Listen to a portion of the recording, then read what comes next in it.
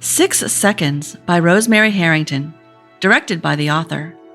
Copyright Rosemary Harrington. This recording was made possible by a grant from the Arts Council of Wilmington and New Hanover County and by the support of the Port City Playwrights Project. The cast was as follows: Lyndon Johnson, Doug McKenna, Lady Bird Johnson, Elizabeth Michaels, Lee Oswald, Joshua Lowry, Marina Oswald, Brandy Lowry, Jackie Kennedy and Olga, Penny Kohut, Nellie Connolly and Raisa, Diana Kyle, Taylor, Nikolai, Agent 2 and Reporter 1, Steve Kohut, Mike, Sergey, Senator Yardborough, Reporter 2, Skip Maloney, George, Mikhail, Agent Youngblood, Deputy, Alan Norman, Videographer, Kayla Hager, Props and Sound Advisor, Ken Chapman, Sound Engineer, Young Will, Opening and Credits, Elizabeth Gordon. The play was recorded at CBT Studios, Wilmington, North Carolina. If you are interested in learning more about 6 Seconds, please contact rose.harrington1595@gmail.com or follow us on Facebook at 6 Seconds Play. That's SIX Seconds Play. 6 Seconds is slated for a full production at the Bucky Stein Theater at Thalian Hall, Wilmington, North Carolina, November 3rd, 4th, and 5th, 2023.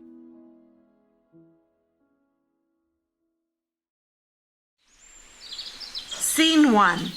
LBJ Ranch, Stonewall, Texas. LBJ is swinging in a hammock, under which is a telephone with a 30-foot cord. The telephone rings. LBJ grumbles as he tries to reach the telephone. He stands, picks up the receiver, sits on the hammock. What the hell? This better be important.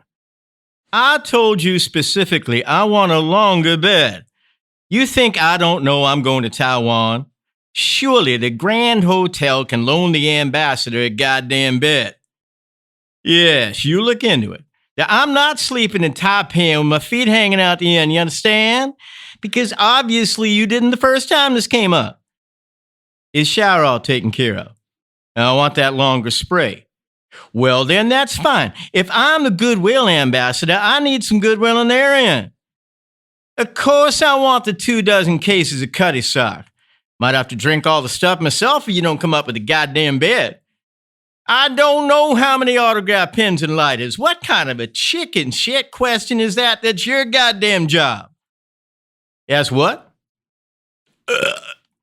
Of course I want a meet and greet. That's why I'm going, isn't it? Tell him I'm sick of Cadillac diplomacy, all them fawning wives. How am I expected to know what is goddamn going on without talking to the man in the street? Just come on now. Don't waste my time. You do your job. I'll do mine. Scene 2.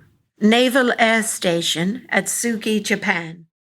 Oswald sits at a table and begins to write a letter. Dear Robert, I know we haven't been close in recent years. I am sorry for that. I'm writing to you, and I would like to bring you up to speed with what has happened since I followed in your footsteps and joined the Marines. I was stationed in Atsugi, Japan, which is not far from Tokyo. I could see Mount Fuji from the barracks window. Going off base, Aussie Rabbit? Yes, I got a pass. We know you're not hunting pussy, are you, Mrs. Oswald? Is this the camera that you were looking for? He passes it to his wide receiver. And it is not a fumble. Is Mrs. Oswald gonna snap some pretty pictures? Give it to me. If you say please, Mrs. Oswald. Have a nice time, faggot. Most Marines are content to remain on base. Seems such a wasted opportunity not to venture outside. This year on the 5th of May, I obtained a pass to leave NAS Atsugi. I turned left outside the main gate looking for an adventure. I followed a stream of families down a small street. Everything is small in Japan. There were kites flying from the houses, all in the shape of a large fish. It was Boys' Day. Everyone was dressed up fancy. The fish kites are carp. The highest one is black and represents the father. The next is red, and that is the mother. And the kites underneath are the sons of the family. I had to wonder if our father had lived, how would our lives be different? Would he have flown a kite with us? I found out that the carp is a symbol of manliness and overcoming life's difficulties. I think we both can relate to being a carp. Your kite would be bigger than mine since you're older. I later bought 3 kites as a symbol of our Oswald brotherhood. I came to a small row of stores in an enclosed market where they sold fresh fish and vegetables, and there was a bakery. I bought my first mochi, a rice cake. It was filled with what tasted like sweet refried beans. I cannot recommend mochi. Outside on the corner was a toy store filled with fathers and sons playing with 10 robots powered by batteries that make them walk and light up. That is cool. The technology for toys seems so advanced. There was a flying saucer that hovered above the counter. Opposite the toy store was the Pachinko Palace. It was deserted, and I went in and played a couple of games. It's like pinball, but the machine is upright. When you are finished playing, you take the balls, and then you are given a ticket to redeem for a prize. I won a ballpoint pen, which I'm using now, and a chocolate bar to take away the taste of the bean curd. The Japanese people appear to be content. They live small as opposed to Americans. They like uniformity and conformity. Not unlike the Marines, they are a well-oiled nation. They work together cooperatively and look after one another. I promised myself I wouldn't write politics or go off on communism. I know this doesn't sit well with you. Well, the point of this yarn is that after I got back to the base. Look what the cat dragged in. Yeah, Oswald, some Jap driver dropped off your camera at the main gate. Said you left it in the cab. Here. Can you believe that? Stateside, that camera would have been long gone. I'm touched by Asian ethics and honesty. If it had been me and I had found the camera, I would have taken it, saying you're a loss. Scene 3. Taipei, Taiwan. Lyndon sits in his pajamas. Ladybird is in her dressing gown. Her hair is in curlers. They are on a state visit. Lyndon, I thought you were up. I'm waiting to give a press conference. It is 3 o'clock in the morning. I know what goddamn time it is here in Taiwan, but back in Texas, it is 1400 hours. If they insist on misinforming the public, I've got to set them straight. Are you going to change? No, I'm not going to change. If the jet lag catches up to me, I will curtail the press conference and get some shut-eye. What's on the agenda tomorrow? What's taking so long? Me or the reporters? You, Bird. I'm trying to read the itinerary. Forgotten how to read, have you? No, I don't have my glasses. Here it is. Tomorrow is Tuesday. Hell, I don't know. We are meeting the ambassador at 9 for breakfast and then a drive through the city. You had better get on the goddamn phone right now to Horace, because I refuse to be chauffeured. Looking at the locals from a distance, I am forever being dissuaded from meeting the people. I ask you, what the hell am I here for but shake hands, talk about democracy, give out a few pencils and lighters? I am sick of being constantly warned that the people are dirty and diseased. All I can think of when looking into their faces is growing up in Texas Hill Country. We would have appeared the same way to outsiders. I am supposed to be the goodwill ambassador, goddammit. I'll shake any hand, clean or dirty if I want to. Yes, dear.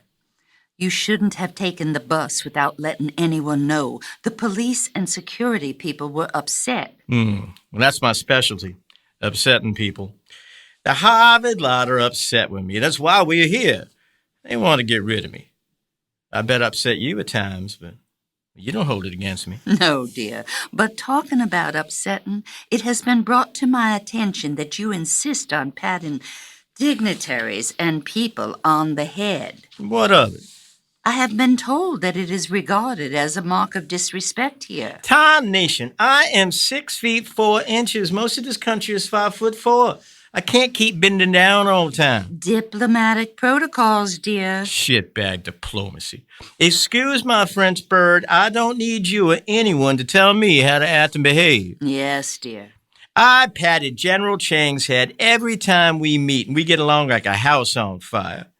Those reporters better hurry their sorry asses up here. I'll give them something to write about. But before I do, I will touch each one of them on the head.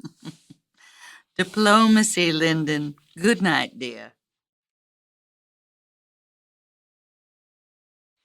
Scene 4, LBJ Ranch, Texas. Lyndon lounging in the hammock. Ladybird and Nellie enter. Ladybird carries a tray of drinks. Ladybird and Nellie take a chair each and sit next to the hammock.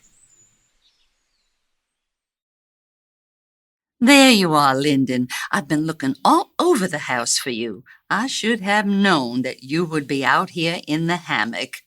Look who has dropped by. Well, if it isn't Nellie Conley, what you doing back in this neck of the woods? If my memory serves me right, your husband is the new Secretary of the Navy. Yes? Haven't you relocated somewhere inside the Beltway? What you doing back here so soon? Well, you know I couldn't keep away, Mr. Vice President. I need some reality and to breathe Texas air. Horse manure, you mean? Now be nice. I made you an orange soda just how you like it, and sweet tea for us. I'm on R&R, as they say in the military. Well, I think you mean Liberty. John deserved that appointment. He always did love the goddamn Navy, especially the USS Essex. He would have been a lifer if it weren't for me.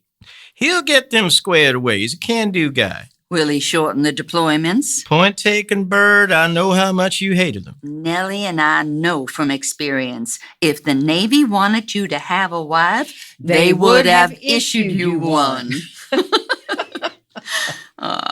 We can laugh now, but it wasn't funny at the time, not knowing where your husband was, waiting for the mail, constant anxiety.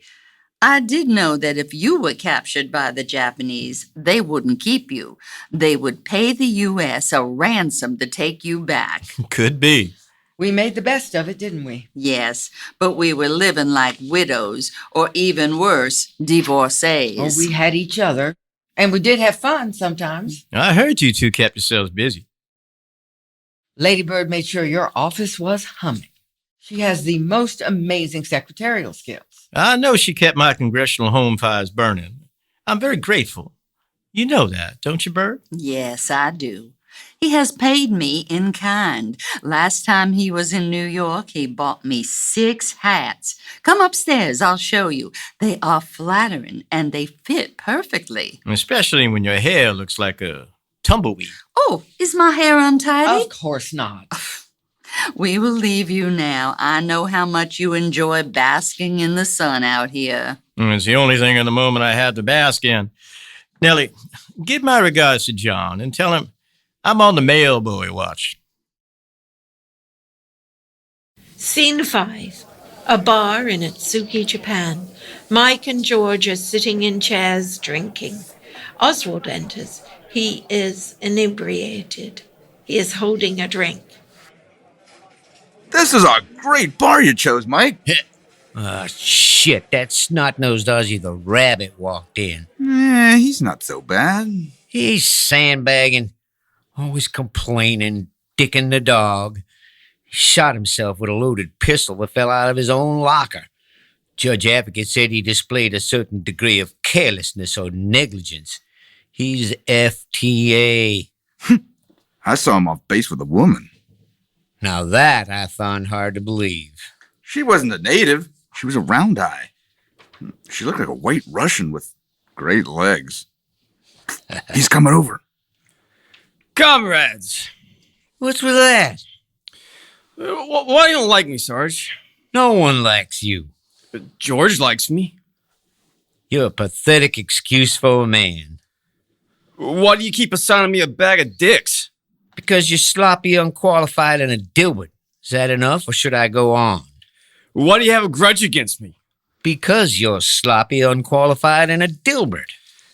Why won't you grant me a transfer? Because you are sloppy, unqualified, and a Dilbert. I want you out, runt, out of my sight and out of the Corps. Oh, if that's all you want, yellow belly, let's take it outside. I'm sitting here having a sahi. Clear off. Take yourself outside, comrade. Ugh. You threw your drink all over me. Call the MPs. I will personally make sure you will pay for this, asshole. Scene 6. LBJ Ranch, Texas.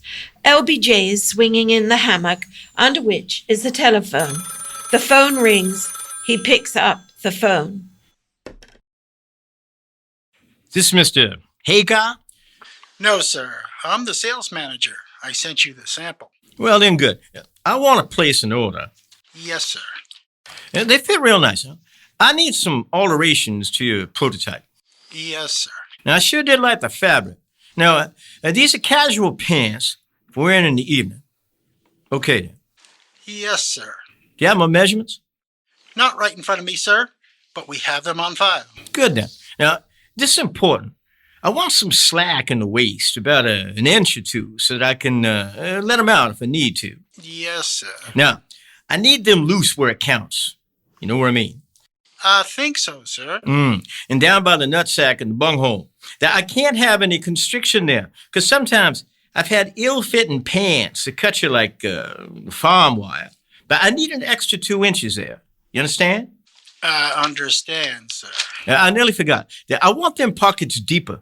My keys and knife are always falling out. So, nice deep pockets. So what I'm telling you is, give him the waist, give him the nuts, deep pockets.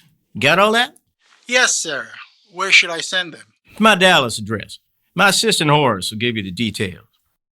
Thank you, sir. Now remember the 2 inches. They're crucial.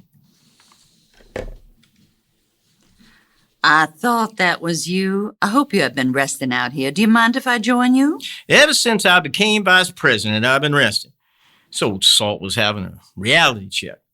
And I should have run faster when I was asked. What sort of talk is that? Plain, honest talk. Now I wonder if I made the right choice. You didn't have a choice. Well, not then. But before, when I was in the Navy. I'm second to guessing the decision to get out of the Navy. I had to choose between Congress and the military, and I know how much you hated the deployments. I sure did. I detested those long deployments. Well, now I'm constantly deployed. Seems like I've been away for a century. You are gone most of the time, but that comes with the territory. But that's the point.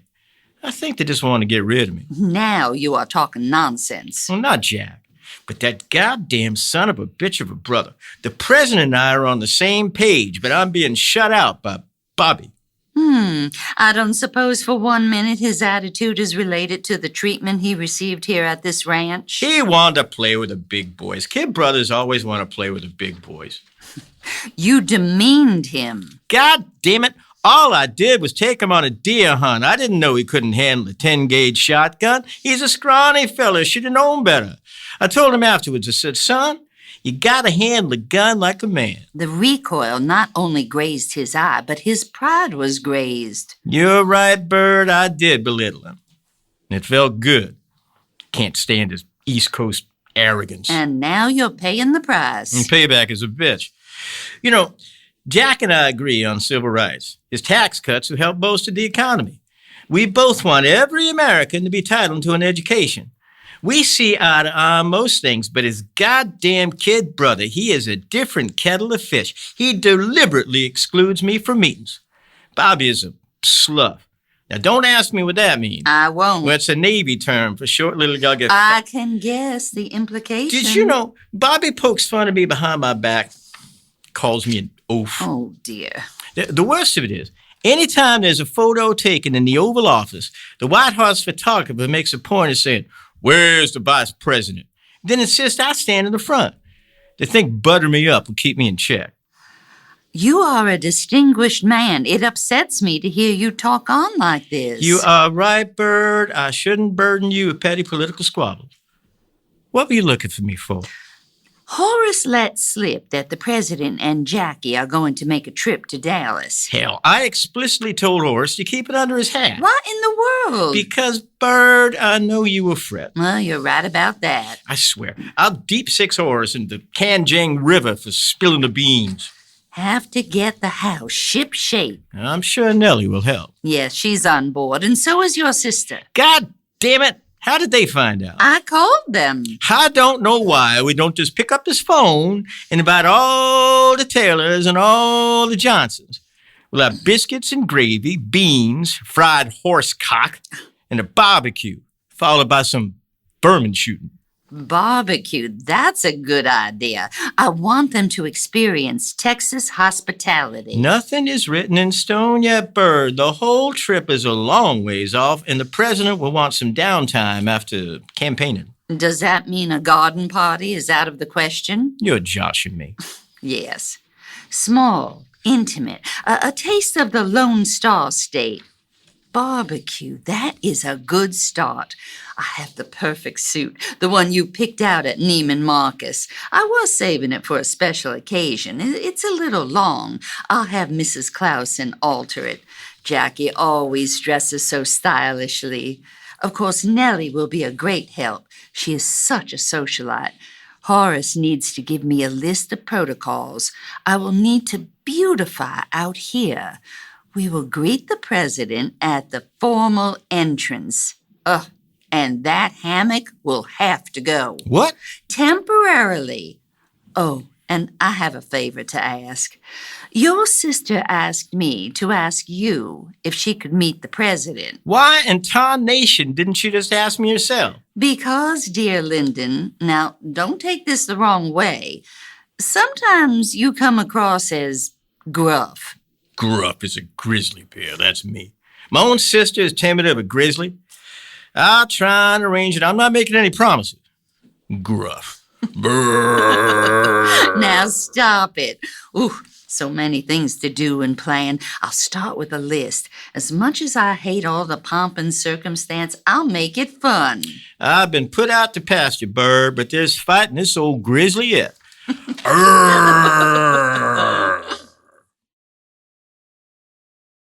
Scene 7. Moscow, Russia. Oswald sitting at a desk writing to his brother, Robert. Dear Robert, I'm writing to let you know another chapter in my life closed. I got an early discharge. The Corps turned on me. After time in the brig for a minor infraction that wasn't my fault, I knew I had to get out. The sergeant had it in for me. When you read this letter, I will have got the hell out of the country, and I will be in Russia, the land of opportunity. I don't approve of the way of life in the United States. I can't buy into capitalism and being a worker bee for the rest of my life. I hope to see firsthand what socialism has to offer. I was able to get a tourist visa in Helsinki, and I'm now in Moscow. I have been given my own personal tour guide. Her name is Raisa. She's taking me to the Tretyakov Gallery in Moscow this afternoon. I feel quite important. Robert, I wish you were here. Scene 8. The Tretyakov Gallery, Moscow. Raisa, the tourist guide, is standing in front of the Vladimir Mother of God icon. Mr. Oswald, Vladimir Mother of God is one of our most treasured icons here in the Tretyakov Gallery. I guess we can all relate to the maternal love for a child. The painting shows motherly love and concern for her child. Something I never experienced. My mother shipped me off to an orphanage when I was 3. That is very sad. I'm sorry. I didn't mean to lay that on you. As you were saying about the venerated icon? Yes, she is the protector of Russia. You see how the child snuggles up to his mother's cheek. Another name for this work is a Theotokos, which in Greek means Virgin Mary. It is amazing, isn't it? Yes. Russia is amazing. Well, thank you. This ends our tour today. I want to stay. I am afraid you have to leave with me. I am your escort. Not here in the gallery.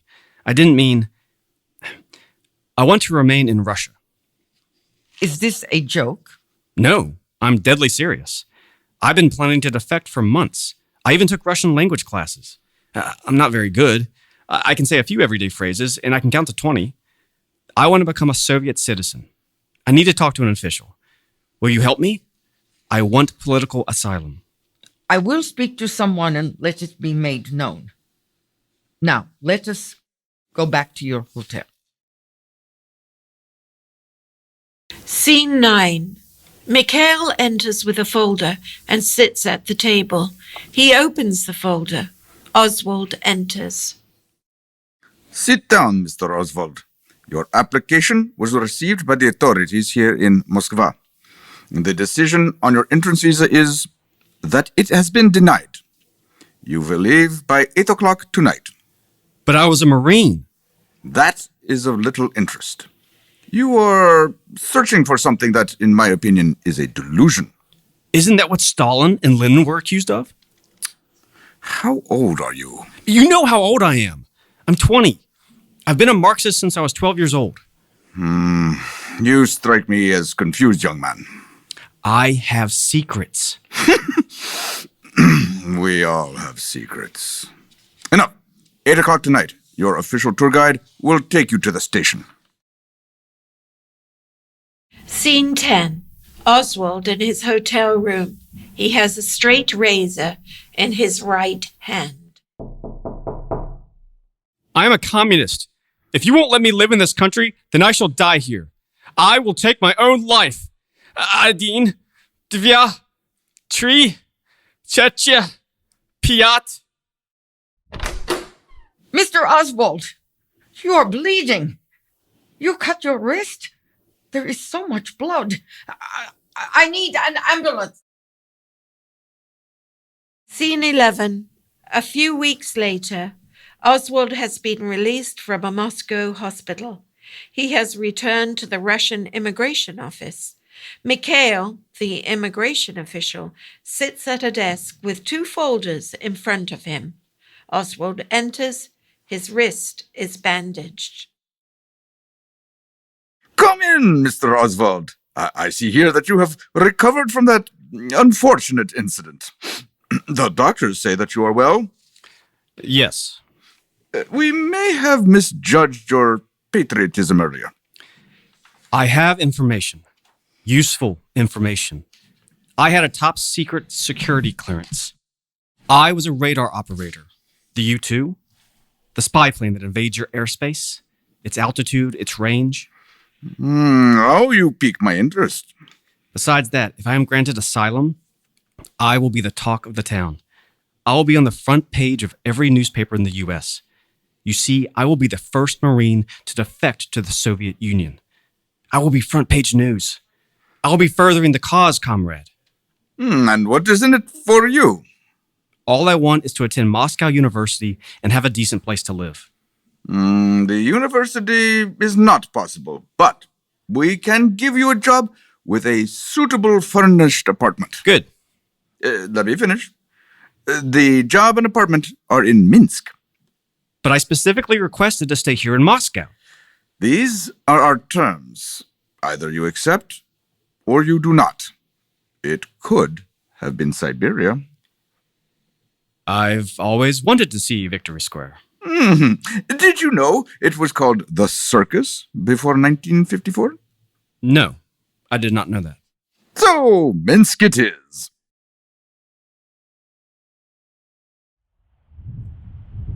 Scene 12. Minsk, Russia. A bar. Oswald joins Sergei and Nikolai, factory co-workers of Oswald. Marina and Olga, students, stand to the side, sipping drinks. Sergei and Nikolai wear coats and hats. Oswald enters, swathed in coat, gloves, hat, scarf, and boots. He shifts from side to side to keep warm. Ha, Lee, after a few years in Minsk, you will get used to our weather. I am freezing. It doesn't get cold in the United States. I'm used to New York winters, but nothing like this. Don't worry, comrade. This vodka will warm the cockles of your heart. Will it thaw up my toes and fingers? It will unfreeze your pecker if you drink enough of it. Savaslavia! Do you feel the fire in your body? An ember, maybe. Another? If you insist, comrade. If you think it is chilly now, Lee, wait till we have to face the severe cold when we go hunting in the woods. That icy weather stings. Don't worry, I'll be ready. I'm looking forward to it. Have you hunted before, comrade? No, but I was a sharpshooter in the Marines. I can pick off a rabbit's tail at 300 yards. The last time I went hunting, the first thing I saw was a squirrel. Then about 68 meters ahead, I thought I saw a doe with her head down at the stream. Then it raised its head. It was no doe. Oh, it had a good-sized rack on its head. The horns were over 2 feet long.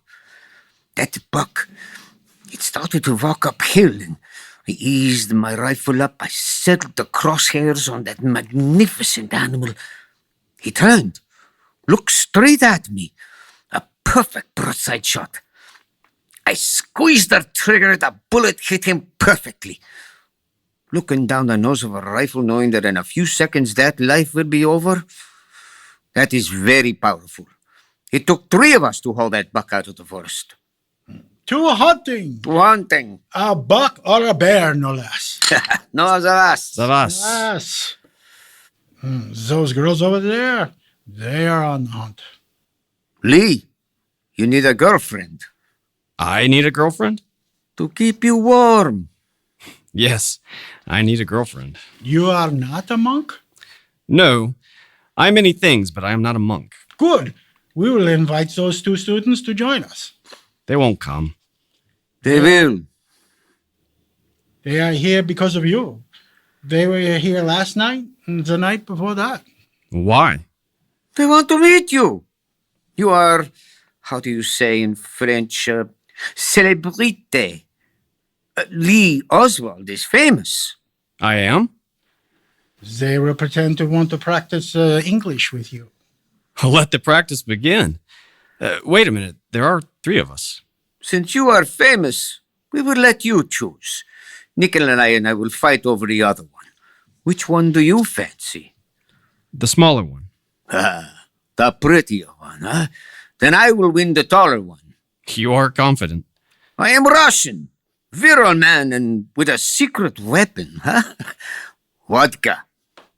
Hey, you girls, you want to join us for a drink? We thought you would never ask. See? Celebrate. Scene 13. Ladybird enters, followed by Nellie, Jackie Kennedy, and Marina Oswald. Lyndon thinks I don't notice. He loves women. He can't help himself. If he enters a room, he will always gravitate towards the females. I blame his mother. He always tries to live up to her impossible expectations. I think I was the only woman who resisted him. I nearly didn't make our first date. He did ask me out when he was picking up another girl. He had some cheek. I remember him sitting alone, waiting for me to meet him in the coffee shop.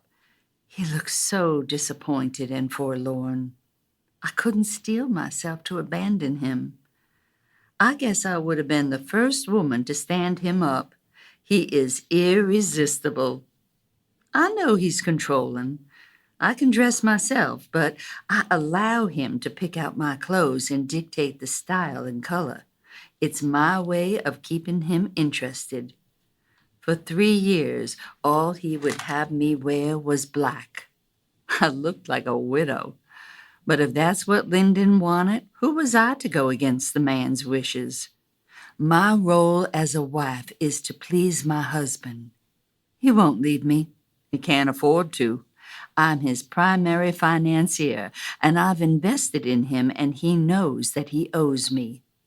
He's affectionate still, and in public he is the perfect husband.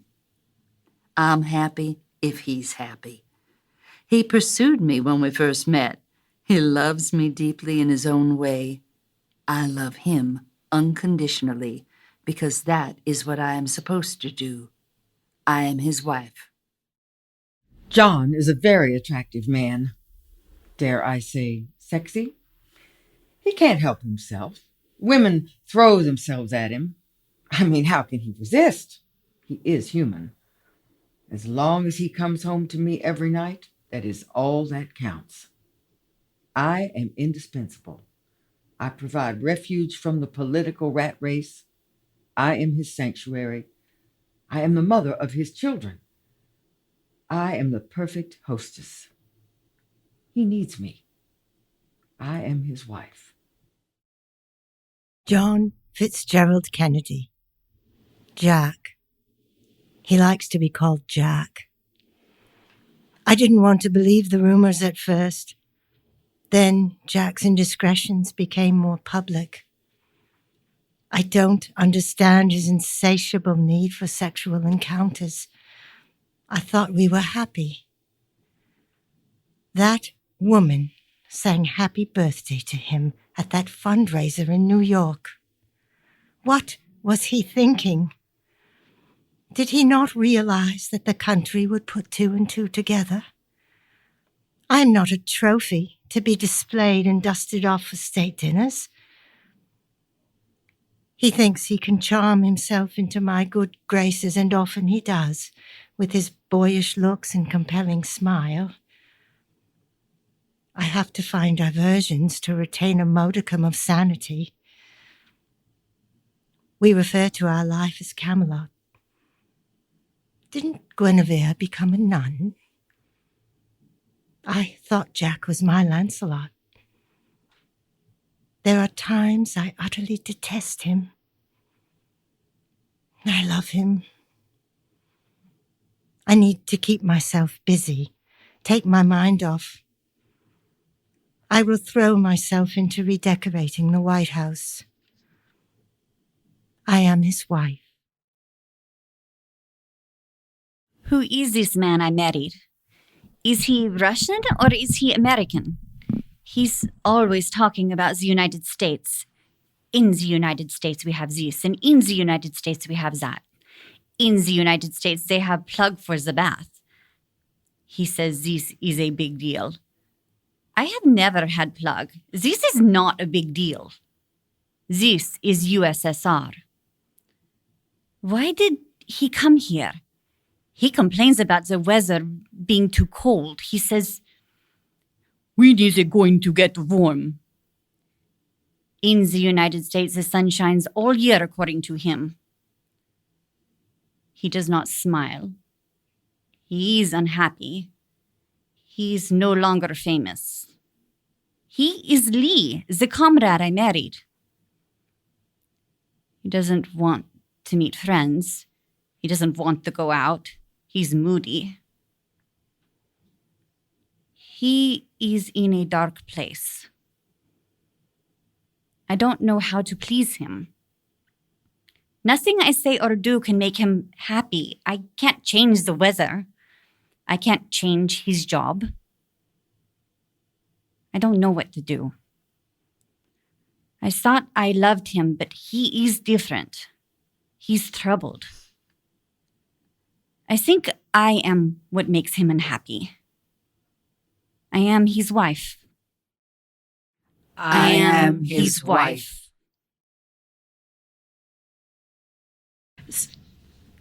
Scene 14. Minsk, Russia. Oswald is writing a letter. He is wearing a coat, hat, boots, scarf, and gloves. He writes with his gloves on. Beside him is a suitcase. Dear Robert, my handwriting will be scrawny as I'm writing with gloves on.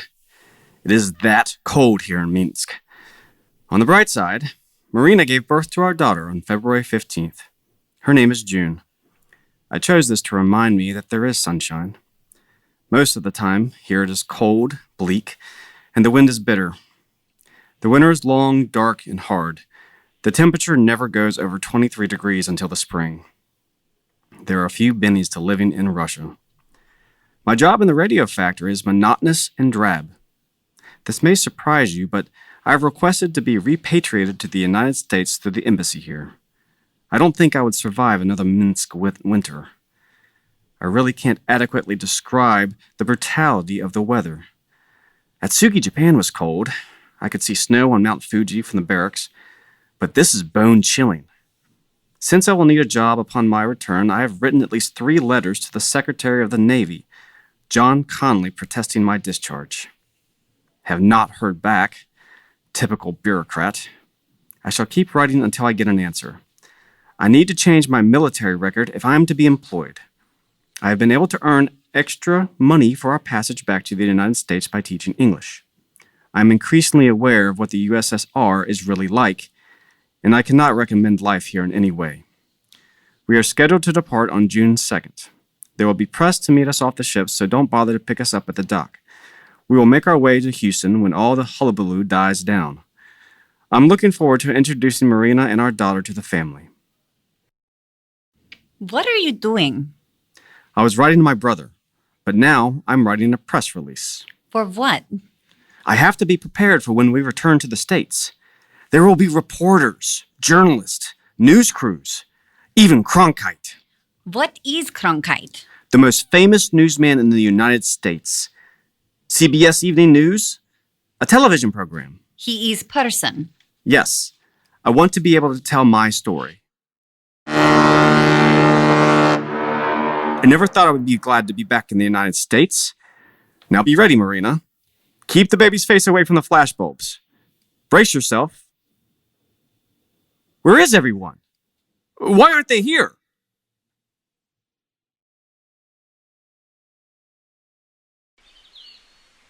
Scene 15. LBJ Ranch, Texas.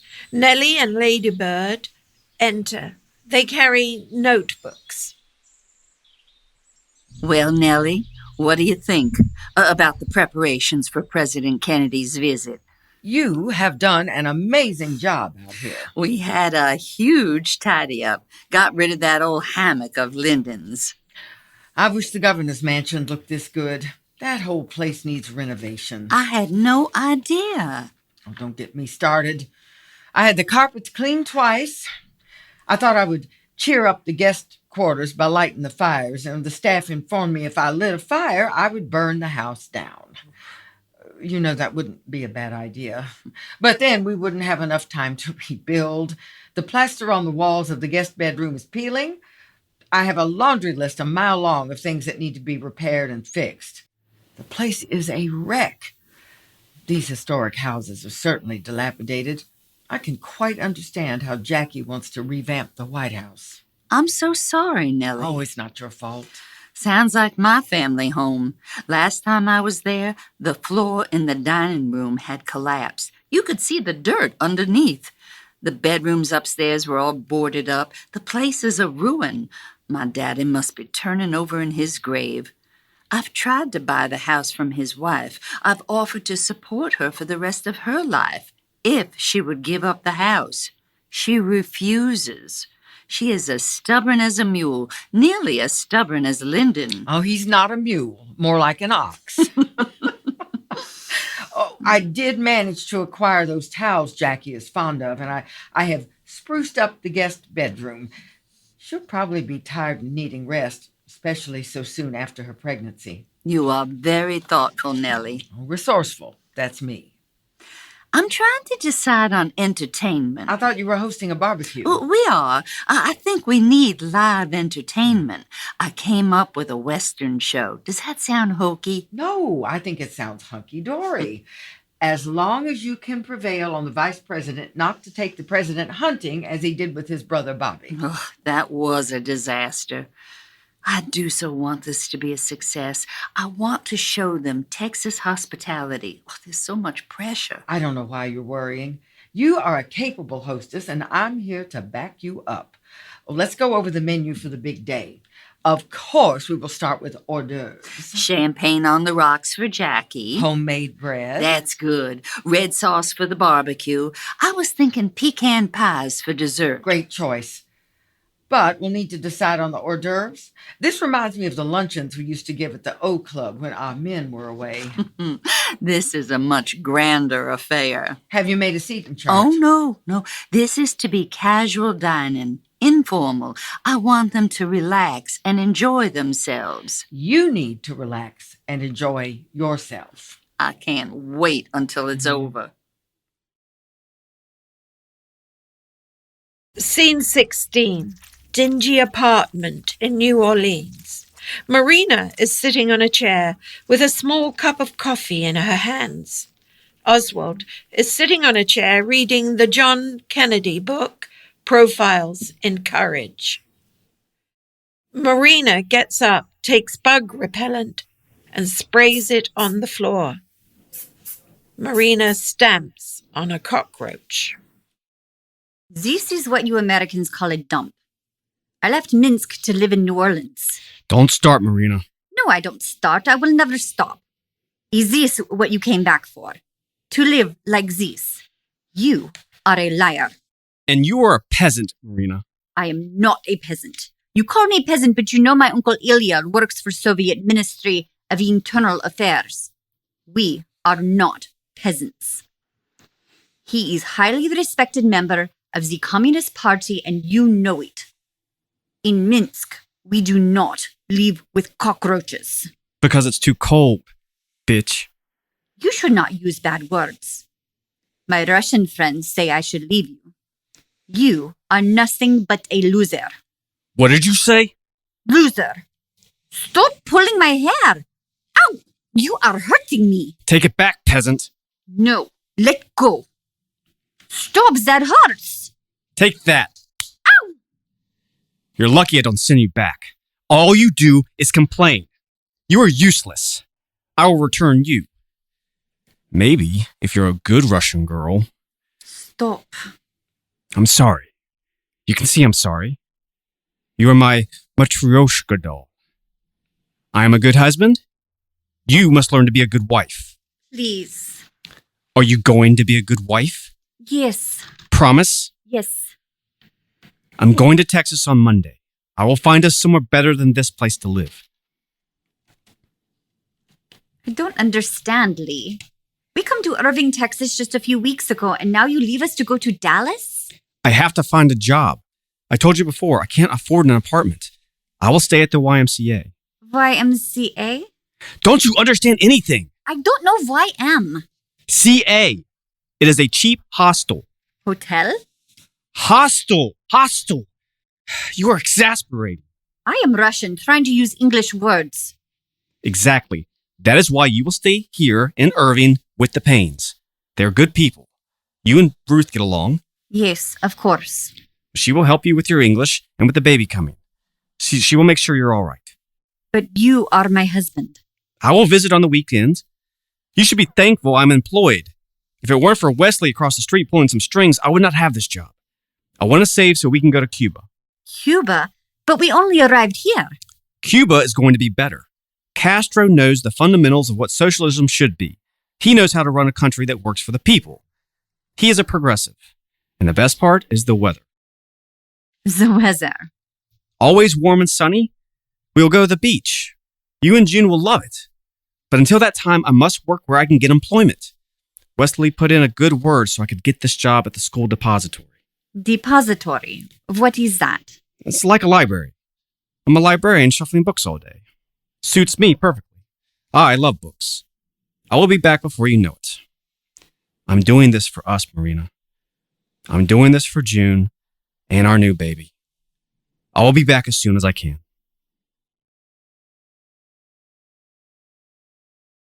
Scene 17. Irving, Texas. Marina picks up a basket of laundry that includes a large sheet and diapers. She hangs them on the line. He calls during the week. He asks what I do all day. Every day is the same. I look after the children. I wake them, bathe them, I feed them, I wash the diapers. There are 2 lots now.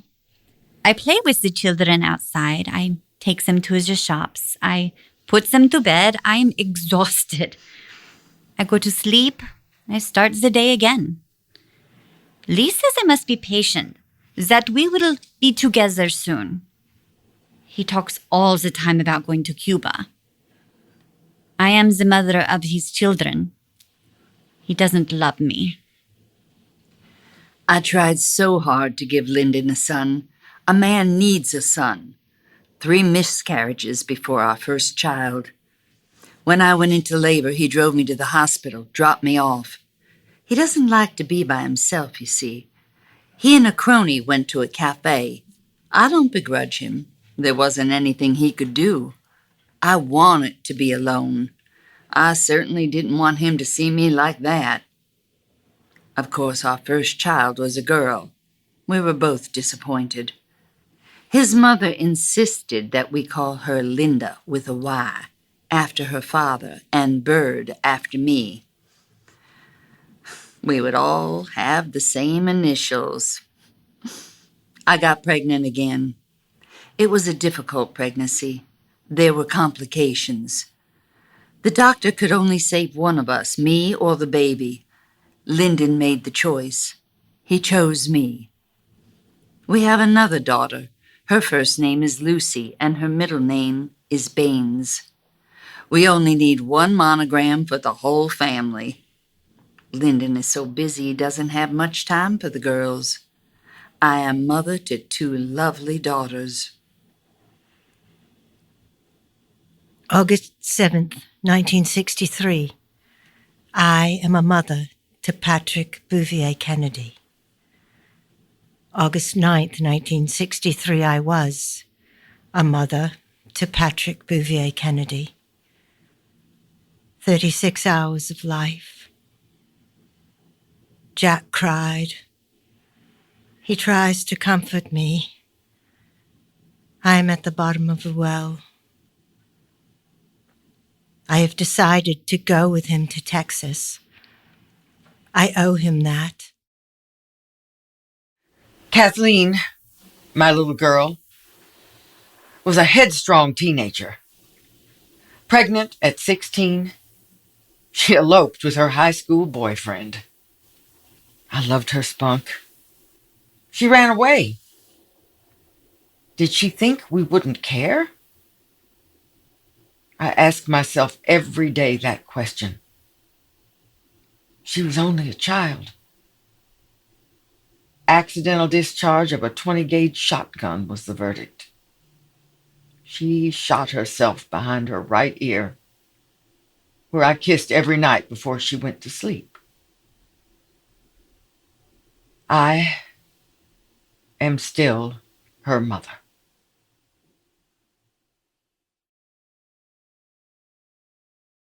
Scene 18.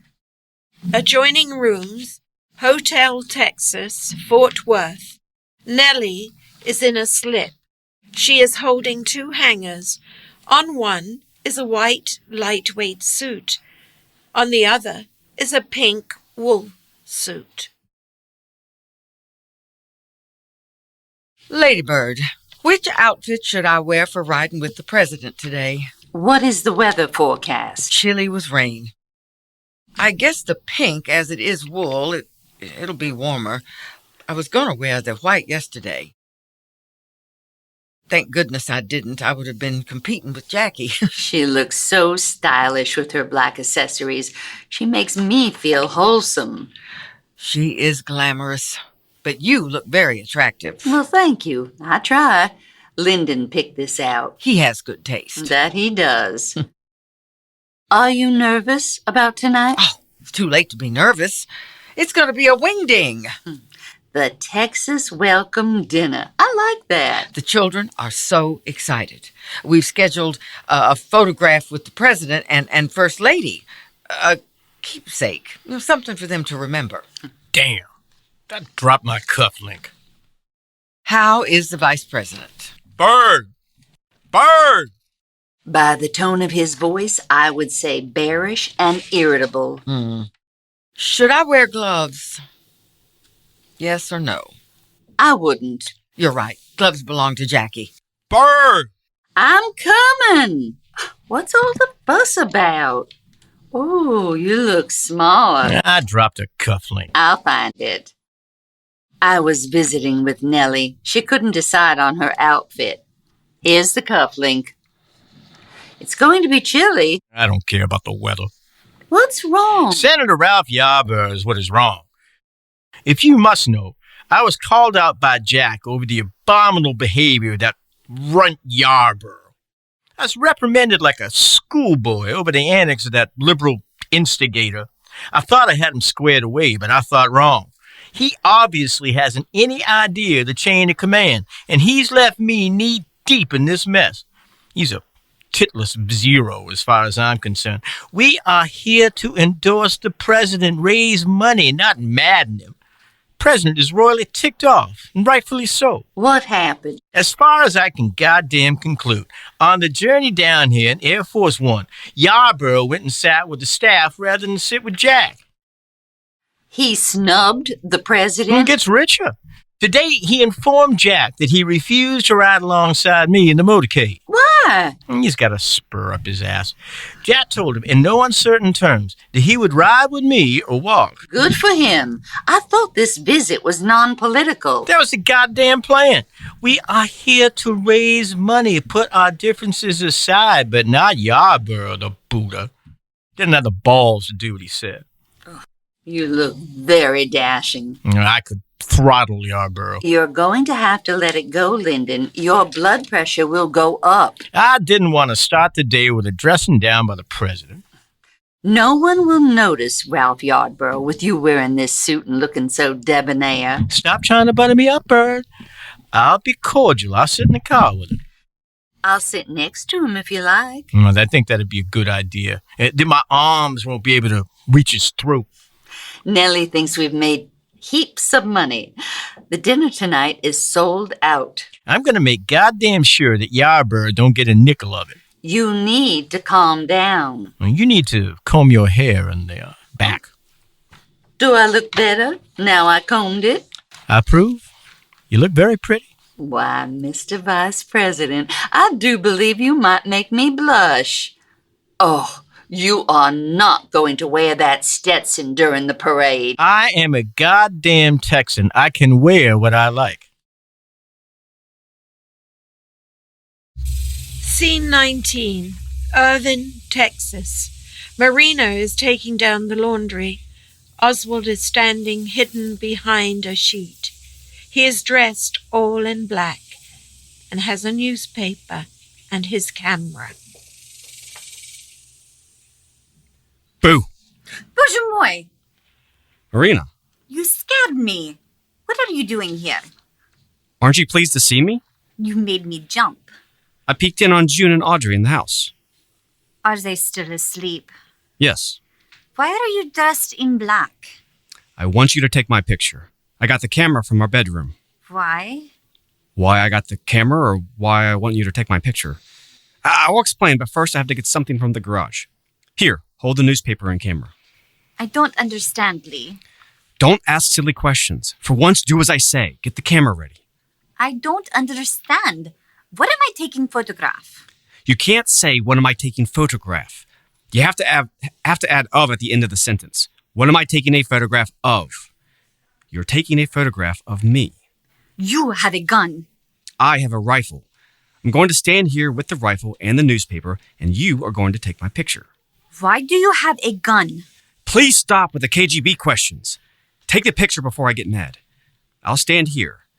Make sure you can see me in the viewfinder. Can you see the date on the newspaper?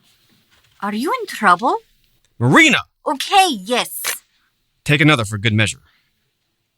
You asked me why I want the camera? Well, President Kennedy is coming to Dallas. I want to take some photos. He's coming right by where I work. It was in the newspaper this morning. You like the president. I do like the president. We have a lot in common. He was in the military. He has 2 children. He has a brother named Robert. He is married to a beautiful woman. President Kennedy wants only good for this country. He's trying to get the USA back on its feet. He's trying to ease unemployment. The only thing we would disagree on is Cuba. He is old money, and I am no money. He's an all-around good guy. I'm a good guy. John Fitzgerald Kennedy and Lee Harvey Oswald. We are good guys.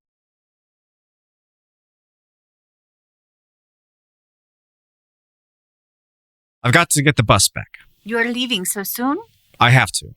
What about the children? No need to upset them. Can I make you something? I am happy, Marina. I am euphoric. I don't know that word. Ismatilno. Matilda. This is good. I love you. Be happy for me, Marina. Do svidania. Call me. Scene 20. Texas Book Depository, Dallas. Oswald is surrounded by empty cardboard boxes, which he builds into a hiding place on the 6th floor of the Texas Book Depository. His rifle is on the floor. A newspaper sticks out of his pocket. He continues to build his hideout. Jackie, Ladybird, and Nellie stand in a row. Jackie holds a bouquet of red roses, and Nellie a bouquet of yellow roses.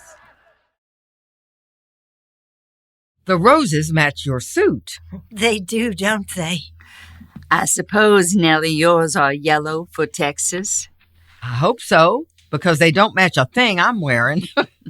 Is that the vice president under that hat? I'm afraid so. I asked him to take it off, but he refused.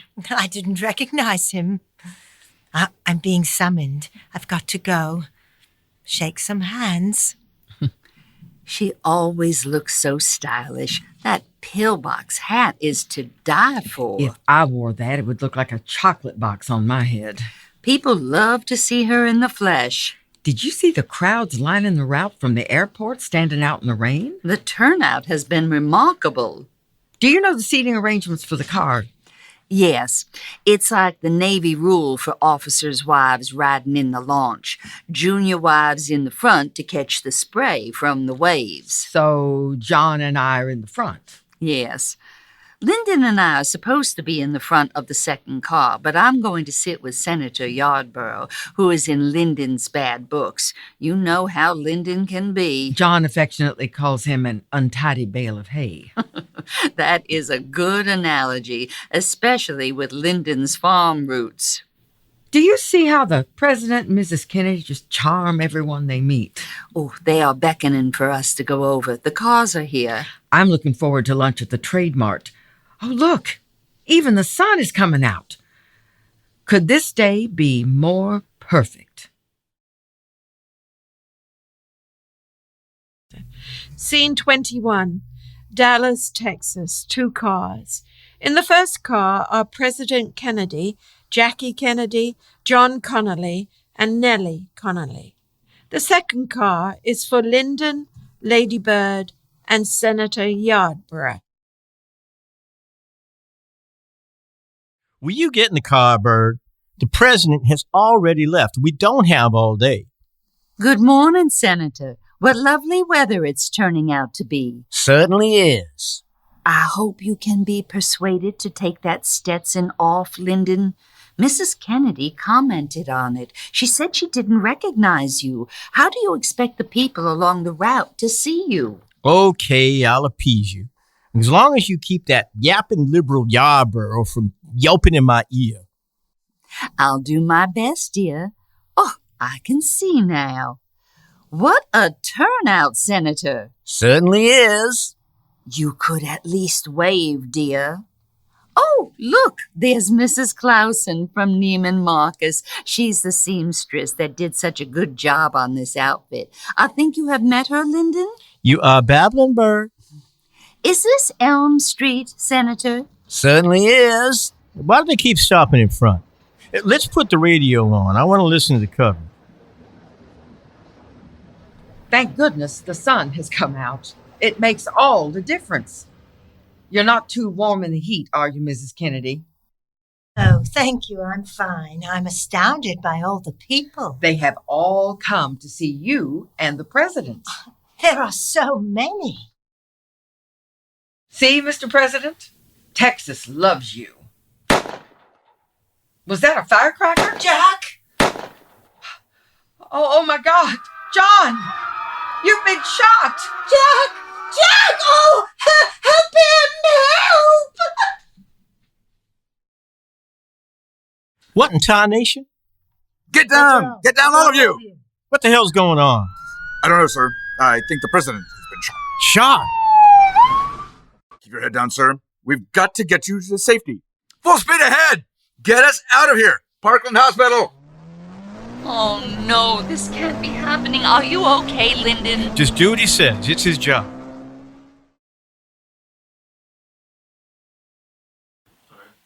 Scene 22. Dallas, Texas. Parkland Hospital. A sparse room with 2 chairs. Lyndon sits on one with his head down.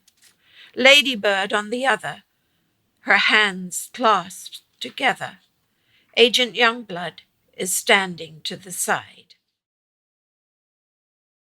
Where are we? Parkland Hospital, sir. I want a 24-hour detail assigned to my daughters. Yes, sir. Right away, sir. Oh, thank you for that, Lyndon. Bird, I need you to go and check on Jackie and Nellie.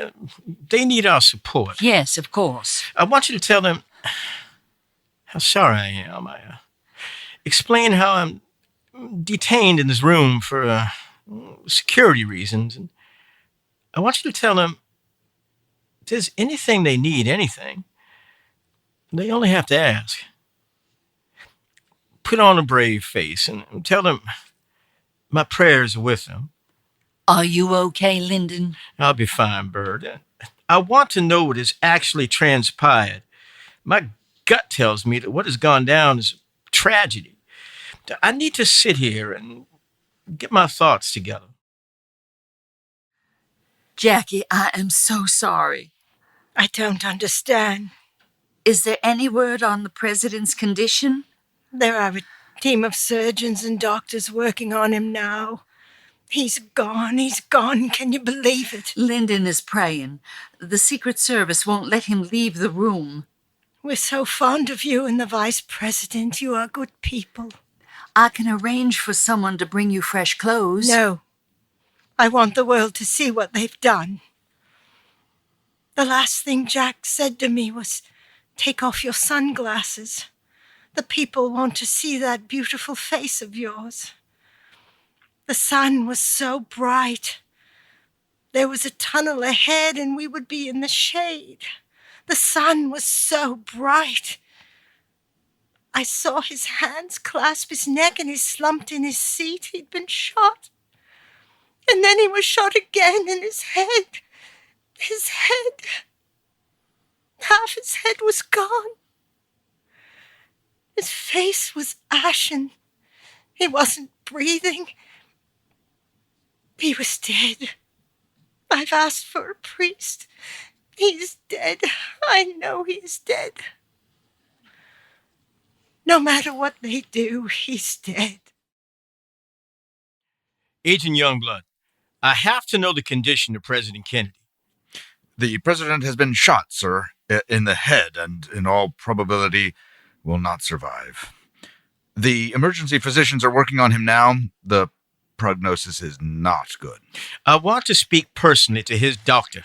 I want to be kept abreast of the situation. We don't know if we are dealing with a lone shooter or an army.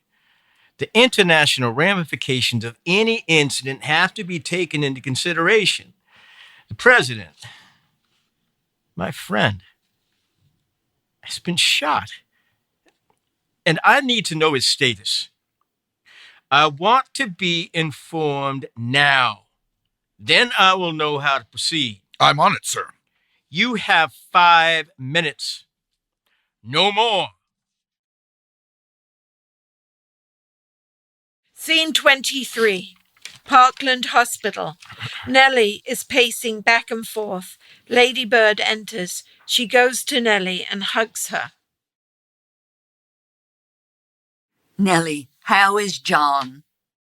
John is going to be all right. Oh, thank God. He was shot in the chest. He's in surgery right now. One of the nurses brought me his cufflink. She told me that before John went into the operating room, he asked the doctor, "Please take care of Nellie." He is a wonderful, caring man. Yes, he is, Nellie. He is a strong and healthy man. He will pull through this. The surgeon said it is not as bad as they first thought. That is a good omen. Agent Youngblood, what have you found out? He's gone, sir. The president is dead? Yes, sir. Mr. President, we need to evacuate immediately. You need to get in the air. It is impossible to secure this location. Whoa, hold your horses. I'm not leaving until I know the wishes of Mrs. Kennedy. You can get Air Force One ready to depart Love Field, but until I know the express wishes of Mrs. Kennedy, I'm staying put. I will not wear the title of a heartless bastard. I have to do what is right. But we need to get you back to Washington where you will be safe, sir. If this is Castro, will I be safe against his warheads aimed at the Capitol? I don't think so. I need to know who is behind this debacle, and I'm going to wait upon Mrs. Kennedy's decision. Very well, Mr. President. Oh, there are so many Secret Service men in the hospital. What is going on? The president has died. The world has come to this. Jackie, the children. Dallas was giving him a genuine welcome. I know, Bird. You don't want this. We will have to be strong for Jackie, for the country. I'm waiting to see what Jackie wants to do. Probably best if she came back with us on Air Force One. She can have peace and quiet in the bedroom, surrounded by her own personal items. Right now, she has to determine what to do with the body. We will leave Love Field and wait for her on the plane. I need you to have your notepad handy to take notes. We have to continue. I should call the president's mother. I don't know what to say. Offer your condolences. Dear God, no words seem enough. Scene 24, Dallas Police Headquarters. Oswald in handcuffs, being led by a deputy. A crowd of reporters. Flashbulbs go off. Here comes Oswald. Why did you do it? I have done nothing to be ashamed of. Why did you shoot the president? That's news to me. I emphatically deny that charge. I don't know what's going on. You are a Marine? Yes, sir. I am proud of it. But evidently, now I'm a patsy.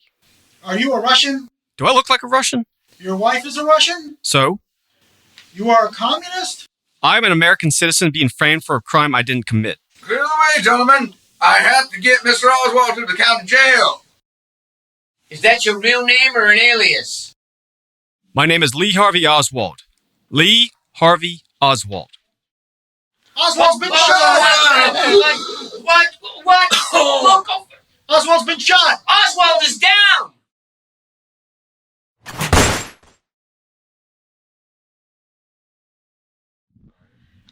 Scene 25, Marina, Jackie, Nellie, and Lady Bird. They all wear black. My husband died so young. They say he did this dreadful thing. He wasn't happy, but he told me he likes the president. I don't understand. He had a bad temper to kill a man? This is unthinkable. He used to disappear and not tell me where he was. I thought he had other women. They tell me he was handing out papers in New Orleans supporting Castro, and that he went to Mexico to get a visa to Cuba? I didn't think he really meant we should go to Cuba. I did not want to go to Cuba. I want to remain in the United States. My baby is a U.S. citizen. She was born here. I am sorry for what happened. I keep asking myself why. When he left, I found his wedding ring in my grandmother's blue porcelain box and $175 on the dresser. He never said goodbye to the children.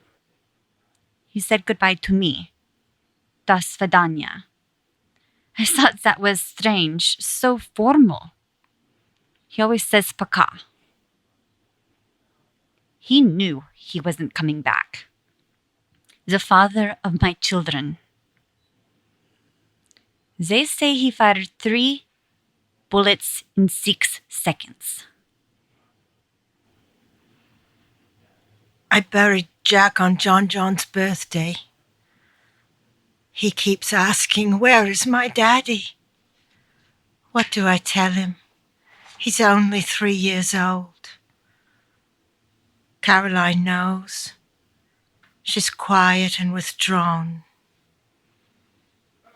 My husband is dead.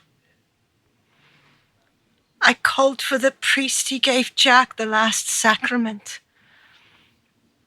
Jack's foot was outside the shroud. I picked it up like a fragile ornament and kissed it. The priest assured me that Jack's soul had not yet left his body. I needed that assurance.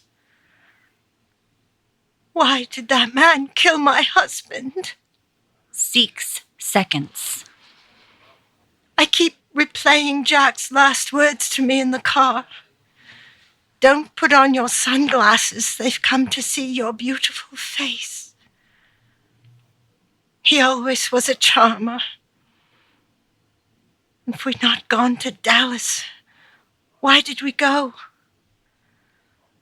To raise money for the party.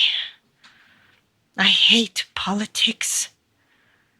Why did it stop raining? We would have had the bubble roof to protect us.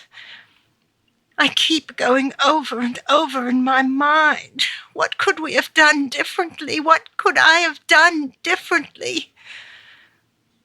When he put his hands to his neck, I should have thrown myself on top of him. Instead, I climbed on the trunk of the car.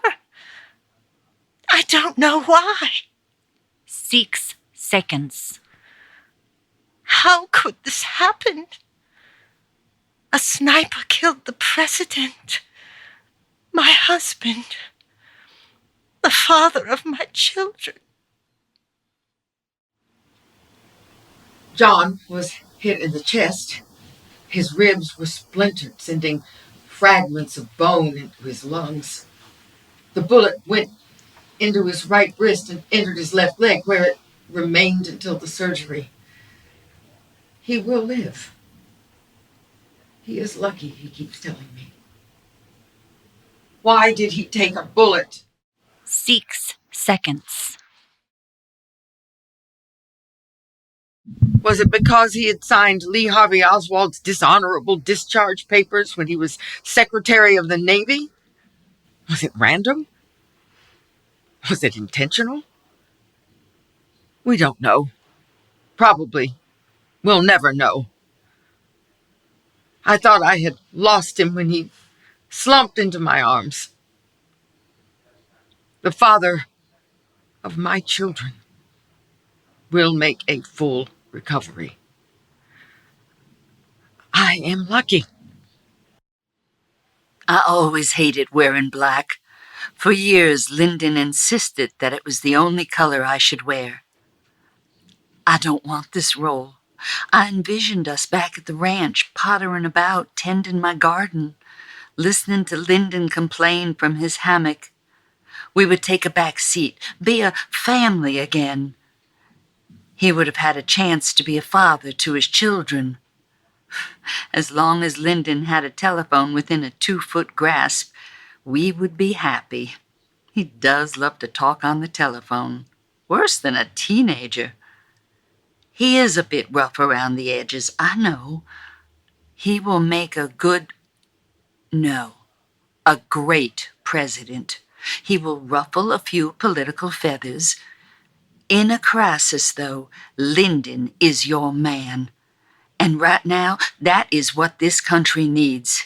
He is level-headed, sensible, a leader, and he is stubborn. I know it is cliched to say, he will rise to the occasion. He always has, he always will. It's just the circumstances are so tragically unexpected.